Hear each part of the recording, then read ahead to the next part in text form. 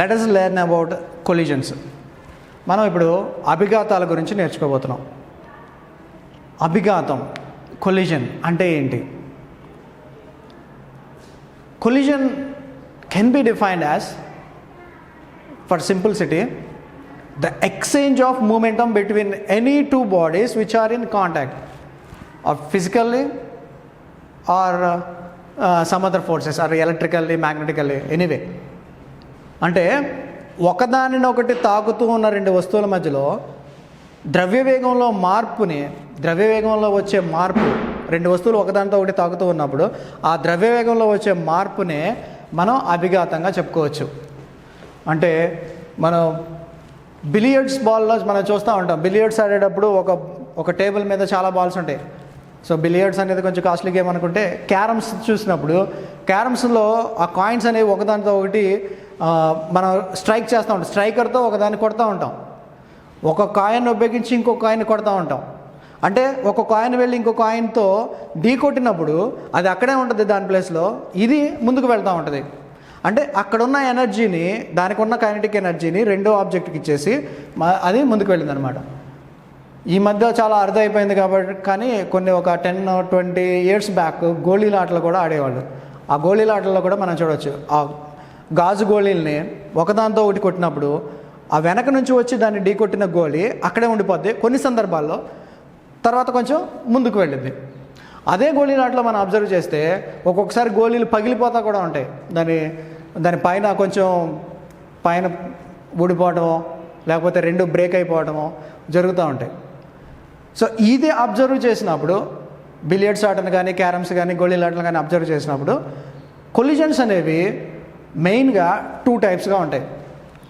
అవి elastic collisions, inelastic collisions. స్థితిస్థాపక అభిఘాతాలు, అస్థితిస్థాపక అభిఘాతాలు. స్థితిస్థాపక అభిఘాతాలు అంటే ఏంటంటే, అసలు ఈ అభిఘాతాల పాఠంలోకి వెళ్ళే ముందు మనం ఒకసారి ఆ పాత విషయాలని మనం నేర్చుకున్న వాటిని మనం రీకలెక్ట్ చేసుకోవాలి. వాటిలో ఒకటి ద్రవ్యవేగం. ఇక్కడ ద్రవ్యవేగంలో మార్పునే మనం అభిఘాతాలని చెప్తున్నాం కదా. ద్రవ్యవేగంలో మార్పు వస్తే అక్కడ అభిఘాతం జరిగినట్టు అని చెప్తాం. ఎక్స్చేంజ్ జరిగితే, ద్రవ్యవేగాన్ని మార్చుకుంటే ఆ రెండింటి మధ్య అభిఘాతం జరిగిందని చెప్తాం. మరి ద్రవ్యవేగం అంటే ఏంటి అంటే, మనకి లాస్ ఆఫ్ మోషన్ 5th లెసన్లోనే మనం నేర్చుకుంటాం. The product of mass into velocity. ద్రవ్యవేగం అంటే, మూమెంటం అంటే the product of mass into velocity. దీంతోపాటు కైనెటిక్ ఎనర్జీ కూడా, ఇప్పటి వరకు మనం నేర్చుకున్న కైనెటిక్ ఎనర్జీ డెఫినేషన్ కూడా మనకి చాలా అవసరం. Of mv². ఇప్పుడు కైనెటిక్ ఎనర్జీ అనేది, రిమెంబర్ కేర్ఫుల్లీ, కైనెటిక్ ఎనర్జీ అనేది కన్జర్వ్ అయితే, కన్జర్వేషన్ అంటే మనం ఇందాక నేర్చుకున్నాం, బిఫోర్ ఎంత అయితే ఉందో ఆఫ్టర్ కూడా అంతే ఉంటాయి. అంటే కొలిజన్ జరగకముందు ఆ సిస్టమ్ యొక్క kinetic energy, total kinetic energy ఎంత అయితే ఉందో, కొలిజన్ జరిగిన తర్వాత కూడా అంతే కైనెటిక్ ఎనర్జీ ఉంటే అలాంటి కొలిజన్ని ఎలాస్టిక్ కొలిజన్ అంటాం, స్థితిస్థాపక అభిఘాతం అంటాం. కైనెటిక్ ఎనర్జీ ముందు ఎంత ఉందో ఆ కొలిజన్ జరిగిన తర్వాత కూడా అంతే ఉంటే దాన్ని ఎలాస్టిక్ కొలిజన్ అంటాం. ఒకవేళ కైనెటిక్ ఎనర్జీలో ఏదైనా చేంజ్ వస్తే దాన్ని ఇన్ఎలాస్టిక్ కొలిజన్ అంటాం. అంటే కైనెటిక్ ఎనర్జీ మొత్తం ఇంకో ఆబ్జెక్ట్ యొక్క కైనెటిక్ ఎనర్జీగా మారకుండా కొంత వేస్ట్గా పోతే, అంటే కొంత సౌండ్ ద్వారా కానీ, కొంత హీట్ ద్వారా కానీ, లేకపోతే కొంత డీఫామ్ అవటం ద్వారా, దాని షేప్ డీఫామ్ అవటం ద్వారా కానీ ఆ ఎనర్జీ ఉపయోగపడితే దాన్ని ఇన్ఎలాస్టిక్ కొలిజన్స్ అంటాం. So collisions are 2 types, elastic collisions and inelastic collisions. స్థితిస్థాపక అభిఘాతాలు, అస్థితిస్థాపక అభిఘాతాలు. స్థితిస్థాపక అభిఘాతాల్లో గతిజ శక్తి అనేది నిత్యత్వం అవుతుంది. గతిజ శక్తి నిత్యత్వ నియమాన్ని పాటించే అభిఘాతాలని స్థితిస్థాపక అభిఘాతాలు అంటారు. గతిజ శక్తి నిత్యత్వ నియమాన్ని పాటించని అభిఘాతాలని అస్థితిస్థాపక అభిఘాతాలు అంటారు. దాన్ని ఇన్ఎలాస్టిక్ కొలిజన్. ఎలాస్టిక్ కొలిజన్స్కి బెస్ట్ ఎగ్జాంపుల్ చెప్పాలంటే, బెస్ట్ ఎగ్జాంపుల్, పర్ఫెక్ట్ ఎగ్జాంపుల్ ఏం కాదు, బెస్ట్ ఎగ్జాంపుల్ ఏంటంటే బిలియర్డ్స్లో ఆట, బిలియర్డ్స్ మధ్యలో జరిగే కొలిజన్. అది కూడా కొన్ని కండిషన్స్ ఉంటాయి. సౌండ్ రాకూడదు, అది డీఫామ్ అవ్వకూడదు, అక్కడ హీట్ కూడా రాకూడదు. సో అట్లా ఉంటే అది ఎలాస్టిక్ కొలిజన్ అవుతుంది. ఇన్ఎలాస్టిక్ కొలిజన్కి ఎగ్జాంపుల్ ఏంటంటే, ఇన్ఎలాస్టిక్ కొలిజన్లో కూడా 2 types ఉంటాయి. Perfectly inelastic collision partial inelastic collision. Perfectly inelastic కొలిజన్లో అంటే శుద్ధ అస్థితిస్థాపక అభిఘాతాల్లో అభిఘాతం జరిగిన తర్వాత రెండు వస్తువులు ఒకదానితో ఒకటి కలిసిపోయి ఒకే వస్తువుగా వెళితే, అభిఘాతం జరగకముందు రెండు విడివిడిగా ఉంటాయి, ఎక్కడైతే కొలిజన్ జరిగిందో ఆ రెండు ఒకదానితో ఒకటి కలిసిపోయి అట్లా వెళితే దాన్నే పర్ఫెక్ట్లీ ఇన్ఎలాస్టిక్ కొలిజన్ అంటాం. So these are the different types of collisions. Collisions can be classified into, so collisions can be classified into elastic and inelastic. ఈ ఎలాస్టిక్ కొలిజన్లో మనకేమవుతుంది, కైనెటిక్ ఎనర్జీ అనేది కన్జర్వ్ అవుతుంది. ఇది కైనెటిక్ ఎనర్జీ నాట్ కన్జర్వ్. ఈ inelastic కొలిజన్ని మళ్ళీ రెండు రకాలుగా చెప్పచ్చు. పర్ఫెక్ట్లీ elastic collision, ఇది partial elastic collision. Perfectly elastic కొలిజన్లో ఏమవ్వాలి, రెండు ఆబ్జెక్ట్స్ ఒకదానితో ఒకటి అభిఘాతం జరగకముందు, కొలిజన్ జరగకముందు రెండు విడివిడిగా ఉంటే, కొలిజన్ జరిగిన తర్వాత అది మొత్తం కలిసి ఒకే ఆబ్జెక్ట్గా మూవ్ అయ్యి అది మూవ్ అవుతూ ఉంటే దాన్ని పర్ఫెక్ట్లీ ఎలాస్టిక్ కొలిజన్ అంటాం. అలా కాకుండా రెండు గోళీలు ఒకదానితో ఒకటి ఢీ కొట్టినప్పుడు కొంత సౌండ్ కొంత షేపు మారిపోతే దాన్ని పార్షియల్లీ ఎలాస్టిక్ కొలిజన్ అంటాం. దీనికి ఎగ్జాంపుల్ పార్షియల్ ఎలాస్టిక్ కొలిజన్స్కి రెండు వాహనాలు ఢీ కొన్నప్పుడు జరిగిన అభిఘాతం, లేకపోతే గోళీలు జరిగిన అభిఘాతం, బిలియర్డ్స్లో బాల్ పగిలిపోయేటట్టుగా జరిగిన అభిఘాతాలని మనం పార్షియల్ ఎలాస్టిక్ కొలిజన్స్ అని చెప్పుకోవచ్చు. దీంట్లో ఇంపార్టెంట్ ఏంటంటే వన్ డైమెన్షనల్ ఎలాస్టిక్ కొలిజన్ అనేది one dimensional elastic collision. One dimensional means it has only one dimension. One dimension means it moving in one direction along a straight line, forward or backward. అంటే ఒక దిశలోనే ఒక సరళ రేఖ వెంబడి ముందుకు కానీ వెనక కానీ చలిస్తూ ఉంటే అట్లాంటి అభిఘాతాన్ని వన్ డైమెన్షనల్ కొలిజన్స్ అంటారు. అంటే చలిస్తే అట్లాంటి మూమెంట్ని వన్ డైమెన్షనల్ మూమెంట్ అంటాం. ఆ మూమెంట్ జరిగేటప్పుడు వచ్చే కొలిజన్ని వన్ డైమెన్షనల్ కొలిజన్ అంటాం. వన్ డైమెన్షనల్ కొలిజన్ అంటాం. అది law of conservation of kinetic ఎనర్జీని పాటిస్తూ ఉంటే కైనెటిక్ ఎలాస్టిక్ కొలిజన్ అంటాం.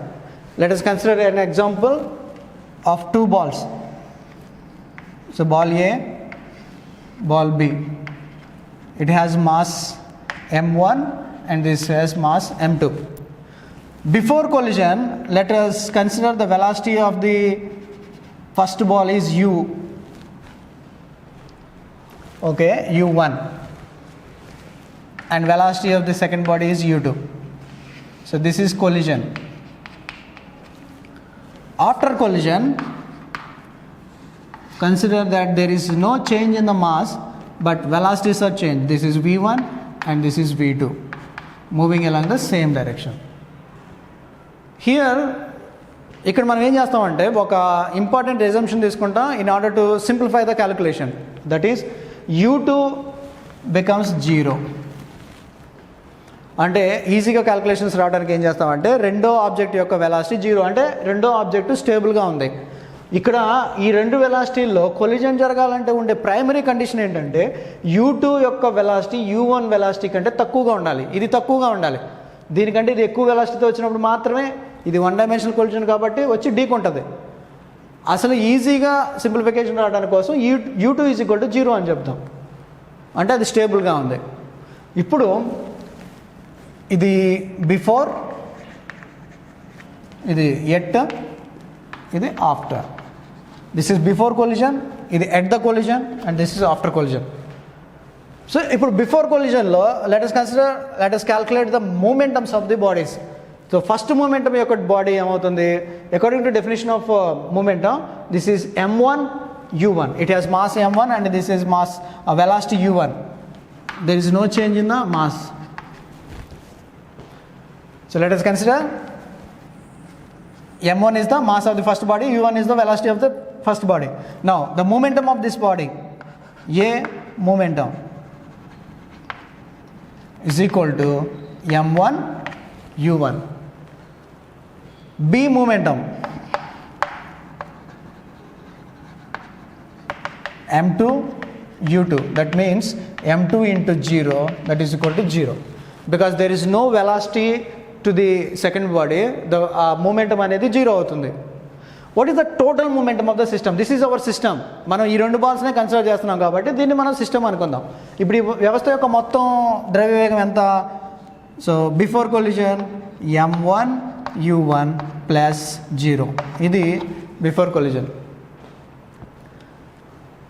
ఆఫ్టర్ కొలిజన్ జరిగిపోయింది. ఆఫ్టర్ కొలిజన్ దీని మూమెంటం m1 v1 అవుతుంది, దీని మూమెంటం m2 v2 అవుతుంది. మొత్తం సిస్టమ్ యొక్క మూమెంటం ఆఫ్టర్ కొలిజన్ ఎంత అవుతుంది? m1 v1 plus m2 v2. Because this is one dimensional elastic collision, it obeys all the conservation laws. Law of conservation of kinetic energy, law of conservation of momentum, ఈ రెండు లాస్ని పాటిస్తుంది. దీంట్లో ఒక లాని పాటించి kinetic energy లాని conserve చేయకపోతే దాన్ని inelastic collision అంటాం. రెండింటినీ పాటిస్తే దాన్ని ఎలాస్టిక్ కొలిజన్ అంటాం. సో ఇది ఎలాస్టిక్ కొలిజన్ కాబట్టి కన్జర్వేషన్ ఆఫ్ మూమెంటం ఉంటుంది, కన్జర్వేషన్ ఆఫ్ కైనెటిక్ ఎనర్జీ కూడా ఉంటుంది. సో కైనెటిక్ ఎనర్జీని కూడా చూసుకుంటే దీని యొక్క కైనెటిక్ ఎనర్జీ ఎంత అవుతుంది? ఫస్ట్ బాడీకి ఆఫ్ m1 u1 స్క్వేర్ అవుతుంది, సెకండ్ బాడీకి 0 అవుతుంది. Kinetic energy of the second body 0. ఇప్పుడు దీనికి కైనెటిక్ ఎనర్జీ ఎంత అవుతుంది? ఆఫ్ m1 v1 స్క్వేర్, దీనికి ఆఫ్ m2 v2 స్క్వేర్ అవుతుంది. ఇక్కడ కైనెటిక్ ఎనర్జీ యొక్క మొత్తం momentum half m1 v1 square plus half m2 v2 square. Because this is one dimensional elastic collision, so ద్రవ్యవేగ నిత్యత నియమం, గతిశక్తి నిత్యత నియమం రెండింటినీ పాటిస్తుంది కాబట్టి మనం ఇప్పుడు ఏం రాయొచ్చు అంటే m1 u1 is equal to m1 v1 plus m2 v2. So here m1 v1 represents, m1 u1 represents total momentum of the system before collision. m1 v1 plus m2 v2 represents total momentum of the system after collision. Because it is elastic collision, momentums are conserved. So law of conservation of momentum ప్రకారం initial total momentum is equal to final total momentum కాబట్టి, అంటే before after సమానంగా ఉంటాయి కాబట్టి ఇది మనం రాసుకుంటాం. So దీంతో పాటే మనం ఇంకొక లాని కూడా రాయొచ్చు దీని కింద.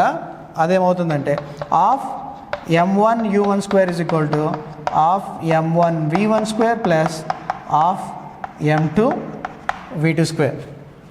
These two equations came from this condition, elastic collision. Now some calculations. So m1 u1, m1 v1. So let equation number 1 and it is equation number 2. So ఇప్పుడు ఈ రెండు సమానంగా ఉన్నాయి కాబట్టి m1 v1 ఈ టైపు తీసుకొద్దాం.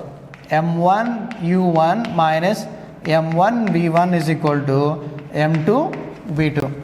దీన్ని మనం ఓకే, దీంట్లో m1ని కామన్ తీస్తే u1 minus v1 is equal to m2 v2. ఇప్పుడు దీంట్లో మనం కామన్ తీస్తే ఇది ఈక్వేషన్ నెంబర్ 3 అనుకుందాం.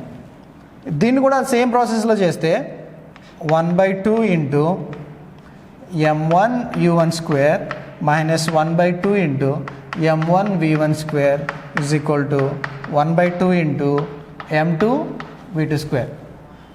ఇప్పుడు ఇక్కడ దీంట్లో హాఫ్ కామన్ ఉన్నాయి కాబట్టి హాఫ్ ఇంటూ m1 కూడా కామన్ తీసేస్తే u1 square minus v1 square is equal to half into m2 into v2 square. ఇక్కడ హాఫ్, ఇక్కడ 2 క్యాన్సిల్ అయిపోతే m1 u1 square minus v1 square is equal to m2 v2 square. This is equation number 4.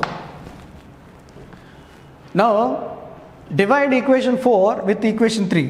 So 4/3 చేస్తే m1 into u1 square minus v1 square is equal to m2 v2 square by m1 into u1 minus v1 by m2 v2. ఇక్కడ m1 cancel అయిపోతుంది, m2 cancel అయిపోతుంది. ఇక్కడ this is in the form of a square minus b square, u1 square minus v1 square ఉంది, అంటే a square minus b square ఫామ్లో ఉంది. u1 square minus v1 square అంటే u1 plus v1 into u1 minus v1. So దాన్ని expand చేసి రాస్తే u1 minus v1 into u1 plus v1 by u1 minus v1 that is equal to ఇక్కడ v2 square cancel అయిపోతే v2 మిగిలిద్ది. ఇక్కడ u1 minus v1 ఈ రెండు సేమ్గా ఉన్నాయి కాబట్టి దాన్ని మనం క్యాన్సిల్ చేసిన తర్వాత v2 is equal to u1 plus v1. This is equation number 5. This is our required equation. v2 is equal to u1 plus v1. What is the meaning of this v2 is equal to u1 plus v1? This equation tells that the velocity of the second body after collision, velocity of the second body after collision is equal to దేనికి equal అయింది అంటే the sum of velocities before and after of first body. అది అంటే రెండో వస్తువు యొక్క velocity అనేది దేనికి సమానమైంది అంటే స్టేబుల్ స్టేట్లో ఉన్న ఆ వస్తువుకి అభిఘాతం జరిగిన తర్వాత ఎంత వెలాసిటీ వచ్చిందంటే ఇక్కడ వెలాసిటీని చూస్తున్నాం, ఎంత వచ్చిందంటే u1కి అంటే మొదటి ఆబ్జెక్ట్ యొక్క వెలాసిటీకి ప్లస్ బిఫోర్ కొలిజన్ అంటే అభిఘాతం జరగకముందు మొదటి వస్తువుకి ఎంత వెలాసిటీ అయితే ఉందో అభిఘాతం జరిగిన తర్వాత మొదటి వస్తువుకు ఉన్న వెలాసిటీ, ఆ రెండు వెలాసిటీలు కూడితే ఎంత ఉంటుందో దీనికి కూడా అంతే వెలాసిటీ వచ్చింది. అంటే ఆ రెండు వెలాసిటీలు ఎలా ఉన్నట్టు సమానంగా ఉండొచ్చు. దానివల్ల ఇప్పుడు మనం నెక్స్ట్ డెరివేషన్ ఏంటో చూద్దాం. we get v2 is equal to u1 plus v1. The aim of this derivation is to find the velocities after collision. అంటే కొలిజన్స్ జరగకముందు అంటే అభిఘాతం జరగకముందు అవి ఎంతెంత వెలాసిటీస్తో వెళ్తున్నాయో మనకు తెలుసు. అంటే మనం మెజర్ చేయొచ్చు. ఎట్లాగా ఫస్ట్ ఆబ్జెక్ట్ని ఎంత వెలాసిటీతో వెళ్తుందో చూసుకుంటే అది స్టేషనరీగా ఉంది కాబట్టి వచ్చి ఎంత వెలాసిటీతో వచ్చి గుద్దుకుందో మనకు తెలుసు. ఈ రెండు కండిషన్లో తెలుసుకున్నప్పుడు దీని మాస్ని తెలుసుకున్నప్పుడు అభిఘాతం జరిగిన తర్వాత అవి ఎంత వెలాసిటీతో వెళ్తాయో మనం క్యాలిక్యులేట్ చేస్తున్నాం అనమాట. ఏ వెలాసిటీ ఏ కొలిజన్లో, ఎలాస్టిక్ కొలిజన్లో. అంటే మనం ఏం కనుక్కోవాలంటే we have to find the expressions for v1 and v2 ఈ రెండింటి యొక్క సమీకరణాలను కనుక్కోవాలి. అది మన ఎయిమ్. v1 v2లు ఎంత ఉంటాయో మనం కనుక్కోవాలి. దానికోసం మనకి v2 is equal to u1 plus v1 వచ్చింది. ఇప్పుడు ఈ v2 ఉన్న ఎక్కడైతే ఈక్వేషన్లో ఉందో మనకి ఇక్కడ కొన్ని ఈక్వేషన్లు ఉన్నాయి కదా, m1 u1 is equal to m1 v1 plus m2 v2. ఇక్కడ దీంట్లో v2 ప్లేస్లో మనకి ఇక్కడ వచ్చిన ఈ ఎక్స్ప్రెషన్ని సబ్స్టిట్యూట్ చేస్తే అక్కడ కానీ లేకపోతే ఇక్కడ కానీ ఇక్కడ కూడా సబ్స్టిట్యూట్ చేయొచ్చు. దీంట్లో ఇక్కడ v2 ప్లేస్లో ఇక్కడ వచ్చిన u1 ప్లస్ v1ని కనుక మనం సబ్స్టిట్యూట్ చేస్తే ఎంత వస్తుందో తెలుసుకొని దాని నుంచి మనం v1 యొక్క ఈక్వేషన్ని రాబట్టచ్చు. చూద్దాం. సబ్స్టిట్యూట్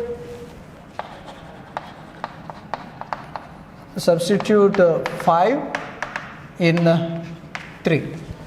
5 ఈక్వేషన్ని 3లో సబ్స్టిట్యూట్ చేస్తే m1 into u1 minus v1 is equal to m2 into u1 plus v1.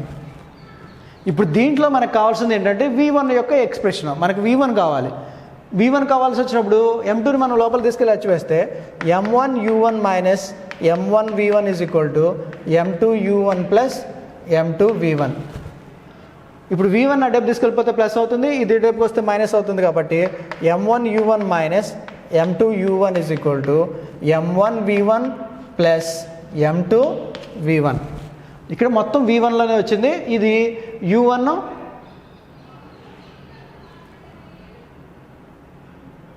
u1లోనే ఉంది. u1 m1 u1 minus m2 u1. ఇక్కడ చూడండి ఇది m1 ఇంటూ u1, ఇక్కడ m2 ఇంటూ u1 ఉంది. సో ఇప్పుడు మనం దీంట్లో v1 అని కామన్ తీస్తే m1 u1 minus m2 u1 is equal to m1 plus m2 into v1. ఇప్పుడు దీంట్లో మనకు కావాల్సిన ఎక్స్ప్రెషన్ v1 కాబట్టి v1 is equal to m1 plus m2 sorry v1 is equal to m1 u1 minus m2 u1 by ఇక్కడ m1 plus m2 అనేది ఇక్కడ multiply చేస్తుంది కాబట్టి ఈ టైప్కి వస్తే డివైడెడ్ బై చేసి m1 ప్లస్ m2 దీంట్లో u1ని కామన్ తీస్తే m1 minus m2 by m1 plus m2 into u1. This is the expression of v1. ఇక్కడ మనకి ఈ ఈక్వేషన్ డెరివేషన్లో సింప్లిసిటీ ఏంటంటే ఇక్కడ u2 అనేది లేదు, ఓన్లీ u1 మీదే ఉంది. అంటే అర్థం ఏంటి, మనం u2ని ఏమనుకున్నాం, ఇనీషియల్గా దాని వెలాసిటీ 0 అని తీసుకున్నాం కాబట్టి ఒకవేళ దానికి కూడా ఎంతో కొంత వెలాసిటీ ఉందని చెప్పుకుంటే ఇక్కడ కూడా కొంత ఎక్స్ప్రెషన్ తర్వాత u2 అనేది వచ్చేది. అప్పుడు ఈక్వేషన్ కాంప్లికేటెడ్ అవుతుంది కాబట్టి డెరివేషన్ అది 0 అనుకోవటం వల్ల సింపుల్గా ఎంత వచ్చిందనమాట. v1 is equal to m1 minus m2 by m1 plus m2 into u1. This is the first part 6. Next v1 అని v2 ఎంత అవుతుందో కావాలి. v2 ఎంత అవుతుందంటే ఆల్రెడీ మనకి ఇక్కడ v2కి ఒక ఈక్వేషన్ వచ్చింది, v2 is equal to u1 plus v1. v1కి ఇక్కడ ఒక సమీకరణం వచ్చింది. So now substitute 6 in 5. ఇప్పుడు దీన్ని 6ని తీసుకెళ్ళి అక్కడ 5లో పెడితే so v2 is equal to u1 plus ఇక్కడ v1 ప్లస్లో m1 minus m2 by m1 plus m2 into u1. దీంట్లో u1 అనే కామన్ తీస్తే 1 plus m1 minus m2 by m1 plus m2. So దీన్ని u1 into m1 plus m2 into తీసుకొస్తే m1 plus m2 plus m1 minus m2 by m1 plus m2. ఇది v2. So v2 is equal to ఇక్కడ m2 plus మైనస్లు ఉన్నాయి కాబట్టి m1 plus m1 2m1 అవుతుంది కాబట్టి so 2m1 by m1 plus m2 into u1. This is equation number 7.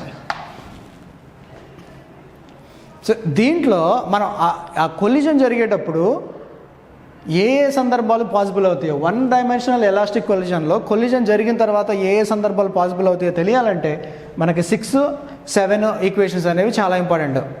6, 7 సమీకరణాలు. వాటి నుంచి మనం వాటి యొక్క వెలాసిటీలు 2 మాసులు సమానంగా ఉంటే ఎంత వెలాసిటీ కలిగి ఉంటాయి, ఒకవేళ ఒకదానికి ఎక్కువ మాస్ ఉండి ఇంకో దానికి తక్కువ మాస్ ఉంటే ఎలా ఉంటుంది, 2 ఒకే వెలాసిటీతో వెళ్తుంటే అంటే ఇక్కడ ఒక వెలాసిటీని మనం కన్సిడర్ చేసాం కాబట్టి మనకు ఆ కండిషన్ రాదు. సో అట్లా మనం డిఫరెంట్ కండిషన్ చూడొచ్చు. లేకపోతే ఒకటి చిన్నగా ఉండి వెనకాల నుంచి వచ్చింది చాలా పెద్ద ఎక్కువ మాస్ కలిగి ఉంటే ఏమవుతుంది, అట్లా రకరకాల కండిషన్ చూడొచ్చు. దీంట్లో మనం చూసే కండిషన్స్ ఏంటంటే ఓన్లీ 2 కండిషన్స్. ఒకటి, what happens if 2 bodies have equal mass.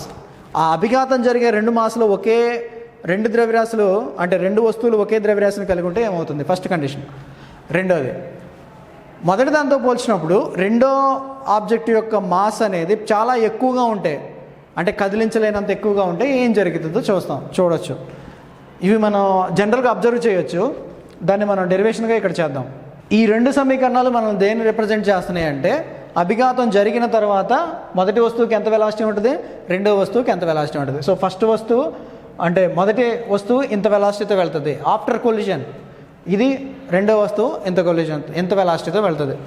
ఎందుకంటే బిఫోర్ కొలిజన్ అది స్టేబుల్గా ఉన్నా వెనకాల వచ్చి ఏదైనా ఢీ కొట్టిందంటే కంపల్సరీగా దాని వేగం పెరగాల్సిందే. సో ఇప్పుడు చూద్దాం వాట్ కేస్ 1. కేస్ 1 ఏంటంటే if m1 is equal to m2 అంటే 2 ఆబ్జెక్ట్స్ కొలిజన్ జరిగే 2 ఆబ్జెక్ట్స్ ఒకే మాస్ని కలిగి ఉంటే ఏమవుతుంది. సో సబ్స్టిట్యూట్ చేద్దాం. ఇక్కడ m1 మైనస్ m2.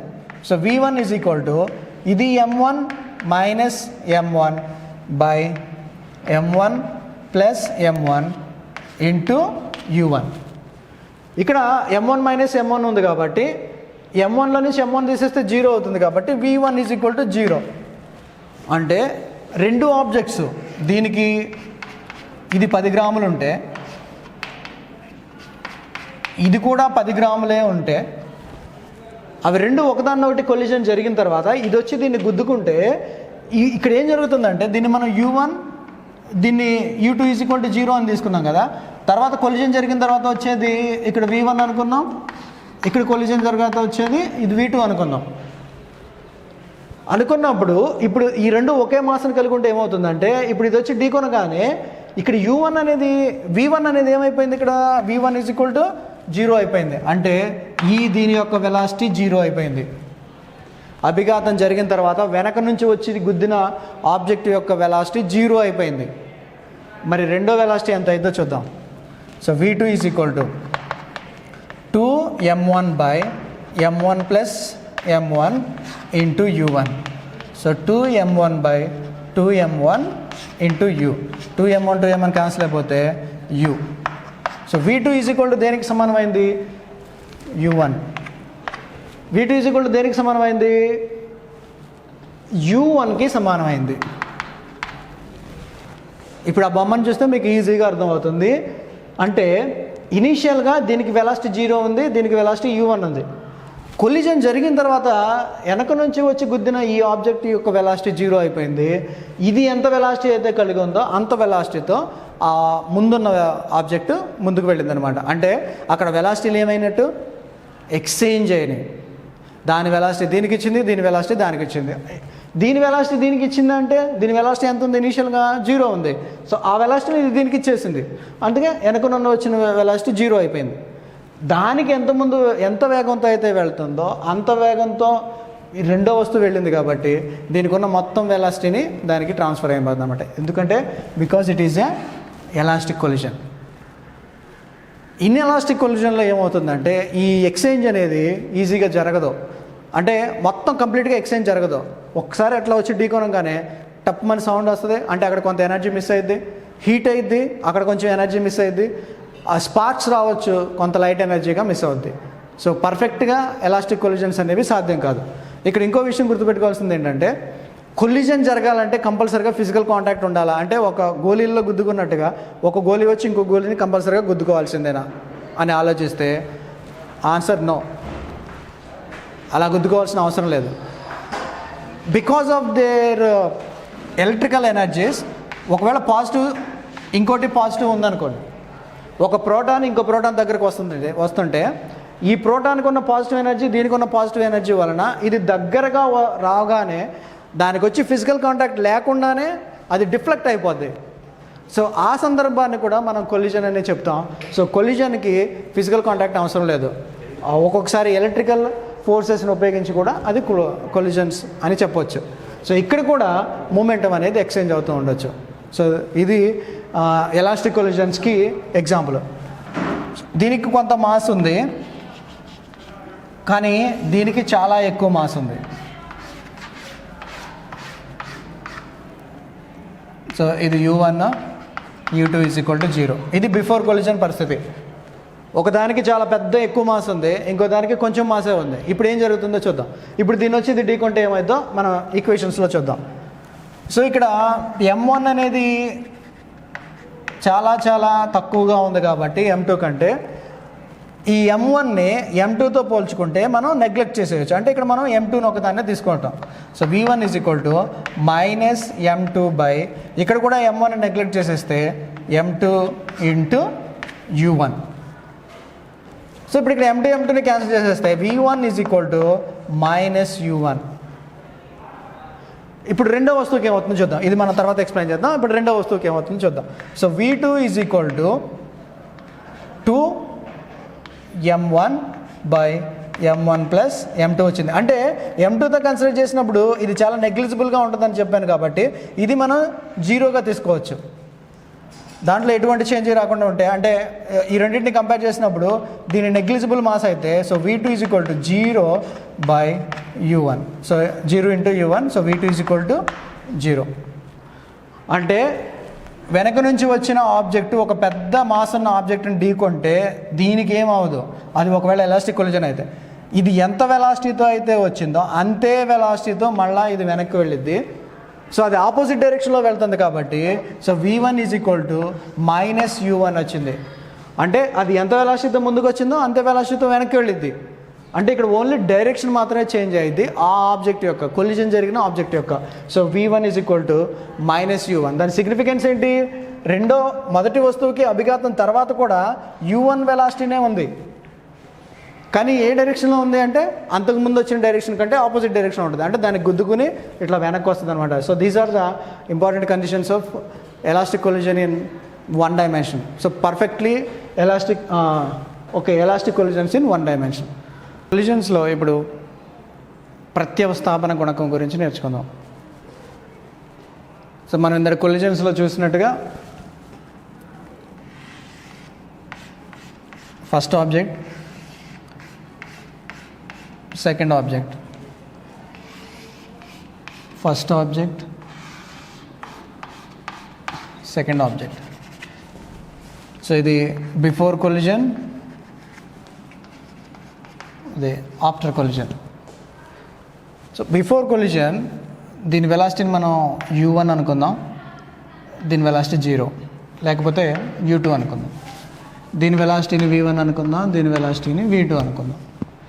దీంట్లో ప్రత్యవస్థాపన గుణకాన్ని మనం ఎలా నిర్వచిస్తామంటే, కాన్స్టెంట్ ఆఫ్ రెస్టిట్యూషన్ మనం ఎలా డిఫైన్ చేస్తామంటే,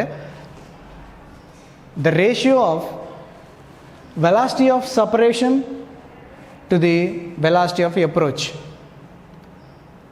అంటే అభిఘాతం జరిగిన తర్వాత అవి రెండు వేరయ్యే వేగాల భేదానికి, అభిఘాతం జరిగేటప్పుడు దగ్గరకు వచ్చే వేగాల భేదానికి, దగ్గరికి ఎంత వేగంతో వస్తుందో ఈ రెండింటి యొక్క సాపేక్ష వేగానికి, ఈ రెండింటి యొక్క సాపేక్ష వేగానికి, అంటే అభిఘాతాన్ని తర్వాత సాపేక్ష వేగానికి, అభిఘాతానికి ముందు సాపేక్ష వేగానికి గల నిష్పత్తినే మనం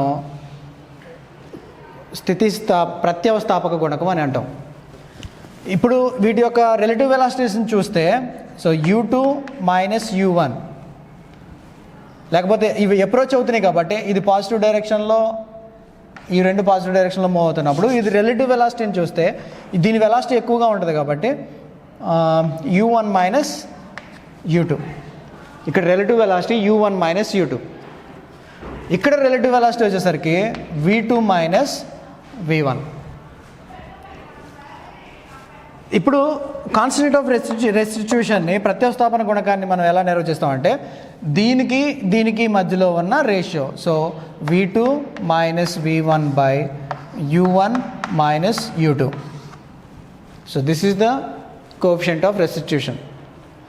దీన్ని ఆధారంగా చేసుకొని ఒక ఆబ్జెక్టు పై నుంచి కిందకి ఏదైనా ఒక హార్డ్గా ఉన్న ప్లేట్ మీద ఎలాస్టిక్ కొలిజన్, ఇన్ఎలాస్టిక్ కొలిజన్ జరుగుతున్నప్పుడు అక్కడ ప్రత్యవస్థాపన గుణకానికి మనకి ఏం సమీకరణం వస్తుందో చూస్తే, సో ఇక్కడ మనం తీసుకున్న ప్లేట్ హార్డ్గా ఉంటుంది కాబట్టి పైనుంచి h1 అనే ఎత్తు నుంచి ఒక ఆబ్జెక్టు కిందకు పడుతుంది అనుకుందాం.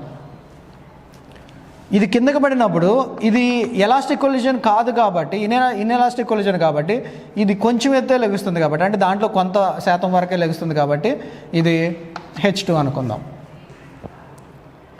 ఇప్పుడు ఈ వెలాసిటీస్ని, ఈ హైట్స్ని వెలాసిటీలో చెప్పాలంటే దీని వెలాసిటీని, ఇక్కడున్న వెలాసిటీ u1 అనుకుందాం. అంటే బిఫోర్ దీని మీద పడకముందు, ఈ బాల్ నేల మీద పడకముందు దాని వెలాసిటీ u1 ఉంది. నేల మీద పడి లెగిసిన తర్వాత దాని వెలాసిటీని v1 ఉంది అనుకుందాం. బిఫోర్ అది పడకముందు u2 0 అవుతుంది, పడిన తర్వాత కూడా v2 0 అవుతుంది. ఎందుకంటే ఇది కాన్స్టెంట్ ప్లేట్ కాబట్టి, ఇది హార్డ్ ప్లేట్ కాబట్టి ఇది వచ్చి కింద పడినా ఇది పైకి కిందకి మూవ్ అవుతుంది కాబట్టి దీని వెలాసిటీలు రెండు 0నే ఉంటాయి. కానీ ఇది ఫస్ట్ మాత్రం v1 ఉంటుంది, తర్వాత మాత్రం u1 ఉంటుంది, దీనికి మాత్రం v1 ఉంటుంది. ఇప్పుడు మనం ఈ రెండు అప్రోచ్ అయ్యే వెలాసిటీస్ని చూస్తే ఇక్కడ u2 0 అయింది కాబట్టి దీని ఫార్ములాలో పెట్టినప్పుడు మైనస్ v2 మైనస్ v1, ఇది 0 కాబట్టి minus v1 by u1 minus u2, అక్కడ u1, సో u1. సో ఈ v1 మైనస్ u1నే మనం పైనుంచి బంతులు కిందకు పడినప్పుడు వచ్చే ప్రత్యవస్థాపన గుణకం అనుకోవచ్చు. వీటిని హైట్స్లో చెప్తే ఇప్పుడు ఇది h1 ఉంది, ఇక్కడ దీని వెలాసిటీ ఎంత ఉంటుంది, ఈ u1 అనే వెలాసిటీ ఎంత ఉంటుంది అంటే మన ఫార్ములా ప్రకారం 2gh1 ఉంటుంది. v1 యొక్క వెలాసిటీ ఎంత ఉంటుంది అంటే దాన్ని బట్టి రూట్ 2gh2 ఉంటుంది. ఆ రెండింటిని దీంట్లో సబ్స్టిట్యూట్ చేస్తే route 2gh2 by root 2gh1, దీంట్లో root h2 by root h1. హైట్స్లో చెప్పాలనుకున్నప్పుడు e is equal to minus root h2 by h1. ఇది ప్రత్యవస్థాపన గుణకానికి సూత్రం అవుతుంది.